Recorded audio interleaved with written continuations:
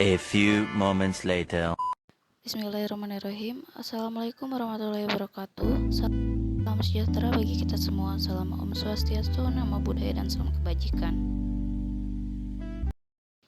Perkenalkan, kami dari kelompok 4 dengan mata kuliah Seminar Manajemen Operasional.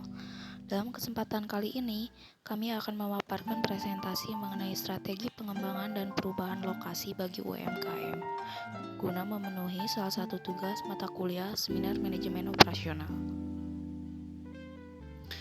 Baik, untuk mempersingkat waktu, kepada pemateri pertama untuk memaparkan materinya. Nah, apa itu strategi? Di sini, secara umum, strategi adalah seni mengalokasikan sumber daya dan kapabilitas organisasi dalam rangka mencapai tujuan akhir yang melalui asosiasi atau jaringan yang efektif dalam lingkungan yang optimal. Nah, selanjutnya di sini juga ada seperti perbandingan ya antara strategi pengembangan lokasi dan strategi perubahan lokasi, yang bila mana dapat diartikan pengembangan lokasi sebagai sarana mencapai tujuan. Selain itu, strategi juga diartikan sebagai rencana aksi yang menjelaskan alokasi sumber daya dan berbagai aktivitas untuk menghadapi masalah lingkungan, memperoleh keunggulan kompetitif dan mencapai tujuan.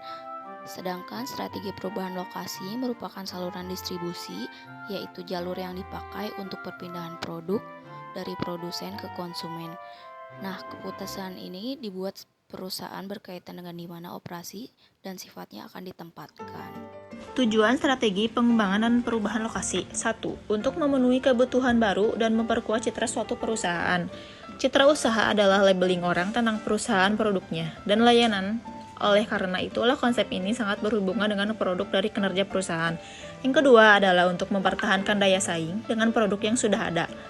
Di sini yang dimaksud dengan mempertahankan daya saing adalah kemasan produk untuk diperhatikan sesuai dengan karakteristik produk dan daya tarik keunikan.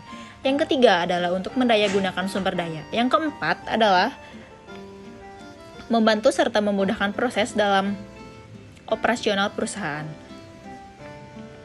Membantu dan memudahkan proses pembutuhan bisnis, pengawasan terhadap beberapa unsur penunjang kegiatan. Yang kelima adalah efektif dan serta efisien dalam memaksimalkan keuntungan perusahaan. Selanjutnya ada efek dan efisien. Efek yaitu artinya membawa hasil manjur atau mujarab. Efisien dapat diartikan mampu menjalankan tugas dengan tepat dan cermat. Yang terakhir adalah mudah dijangkau oleh konsumen dan konsumen melaksanakan keputusan pembelian terhadap suatu produk.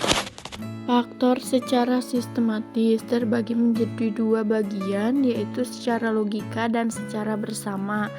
Secara logika yaitu aspek kekuatan dan kelemahan, secara bersama yaitu aspek peluang dan ancaman.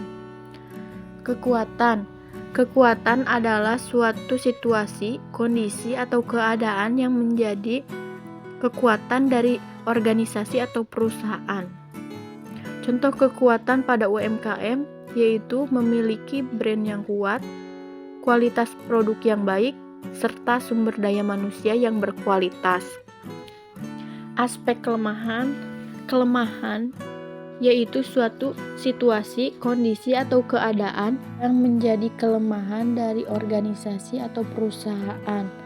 Contoh kelemahan pada UMKM yaitu masih lemahnya dalam kemampuan manajemen usaha, kualitas sumber daya manusia yang terbatas, serta lemahnya akses ke lembaga keuangan, khususnya perbankan. Aspek peluang yaitu peluang-peluang yang dimiliki oleh lembaga atau organisasi untuk meraih tujuan.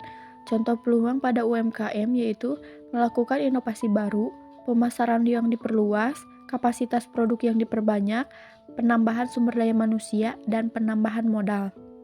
Aspek ancaman yaitu suatu komponen yang menentukan bertahan atau tidaknya suatu perusahaan atau organisasi.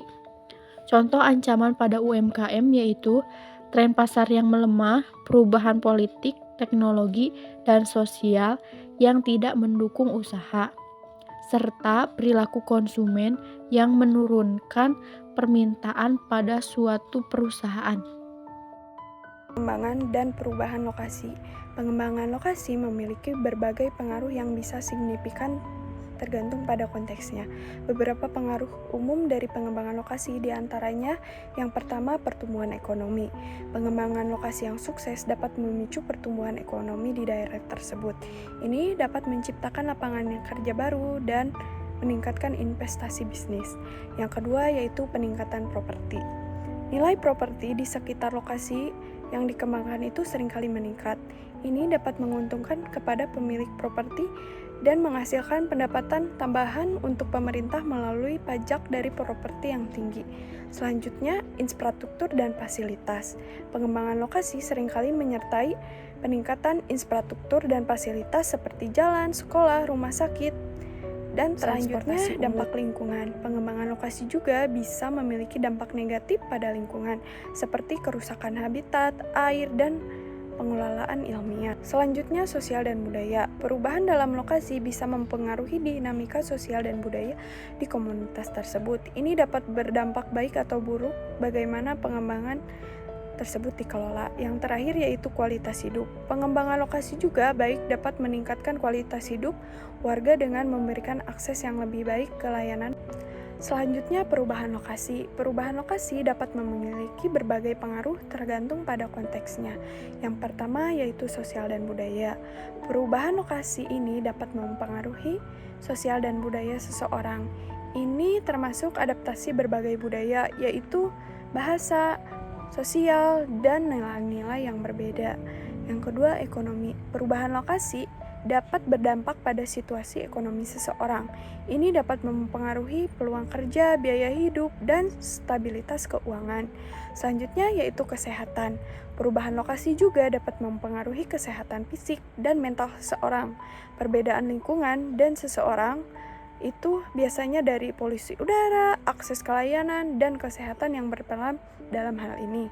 Selanjutnya lingkungan. Perubahan lokasi juga dapat mempengaruhi lingkungan di sekitarnya. Biasanya berdampak pada populasi dan perubahan iklim. Yang terakhir pendidikan. Perubahan lokasi juga dapat berdampak pada akses terhadap pendidikan. Ini termasuk ketersediaannya sekolah dan universitas serta kualitas pendidikan yang tersedia. Kesimpulan, strategi diartikan sebagai rencana aksi yang menjelaskan alokasi sumber daya dan berbagai aktivitas untuk menghadapi masalah lingkungan dan untuk mencapai tujuan dengan berdasarkan analisis SWOT. Secara sistematis merumuskan strategi didasarkan pada logika yang memaksimalkan kekuatan dan peluang, namun secara kebersamaan dapat meminimalkan kelemahan dan ancaman. Konsepnya dapat dimaknai sebagai strategi ArcSAT yang membutuhkan gambaran bahwa untuk mencapai sasaran dibutuhkan rancangan yang dapat dipilih secara tepat. Cukup sekian, terima kasih. Nah, itu dia pemaparan dari kelompok kami. Sekian, wassalamualaikum warahmatullahi wabarakatuh.